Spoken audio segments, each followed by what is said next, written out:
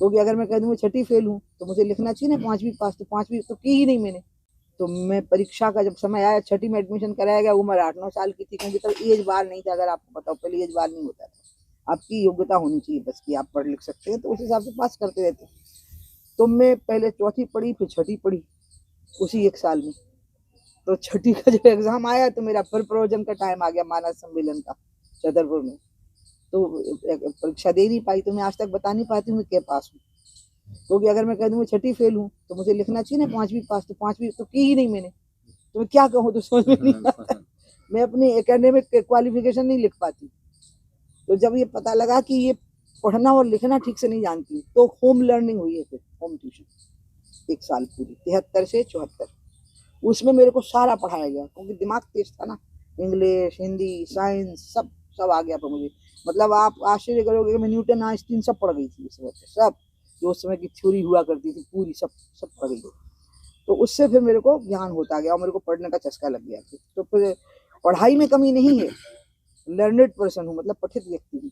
लेकिन academic qualifications की जो रेटिंग होती है, रैंकिंग होती है, वो नहीं है कि मैं बीए पास हूँ कि कौन सी पास हूँ।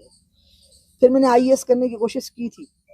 जब मैं इंग्लैंड वगैरह से लौटी, तो उस समय पे एक नियम बनाया था मध्य प्रदेश की सरकार ने कि जो महिलाएं बिल्कुल नहीं पढ़ पाई हैं, हमने 8वीं पास कर लिया है, तो वो सीधे 11वीं में बैठ सकती हैं। उसमें 11वीं ही बोर्ड था, और कॉलेज के पहले का आखिरी आखिरी जो साल था वो 11वीं था। तो वो 11वीं कर सकती हैं। तो मेरी उम्र उस समय 20 साल थी जब मैं सब पूरी दुनिया से घूम के लौटी थी प्रवचन करके। दुनिया में बहुत नाम हो गया था।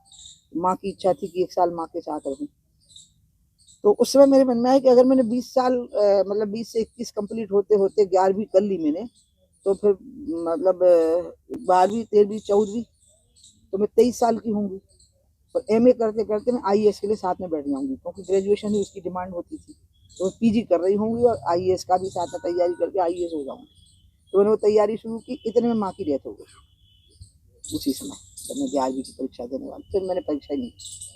और मेरे को हिंदी कम आती थी, अंग्रेजी ठीक से आती थी। बड़ा गांव में सेंटर रखा और मैंने कहा कि मीडियम मेरा अंग्रेजी रहेगा, हिंदी थोड़ी कठिन पड़ रही थी। तो फिर ये हुआ कि हो जाएगा, आपकी परीक्षा का पर्यवेक्षक जो है वो अंग्रेजी का, पहुंच जाते हैं लोग, खूब जानकार होते ही पहुंच जाएगा कोई, आप दीजिए अंग्रेजी में दीजिए आप। तो बड़ा गांव से दीजिए, क्योंकि माँ के पास गांव में रहती थी, टीकमगढ़ में घर ही नहीं था। तो फिर माँ खत्म हो गई तुरंत, तो मैंने छोड़ दिया। मैंने कहा हमको परीक्षा नहीं देती।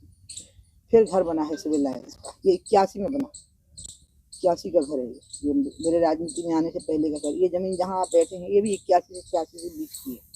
राजनीति में आने के बाद तो संपत्ति कम हुई होगी, उस समय बहुत संपत्तिवान थी जब प्रवचन करती थी। गाड़ियाँ बहुत थी। मेरे भाई ने जन्मदिन का मुझे, मतलब जो नया प्रोडक्ट भारत में गाड़ी का आता था मेरे को बर्थडे पे गिफ्ट हो जाता था। या तो भाई गिफ्ट करते थे या मेरे भक्त लोग।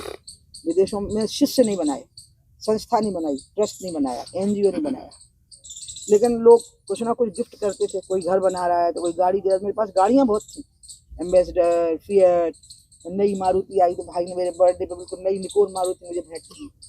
ऐसे हुआ है।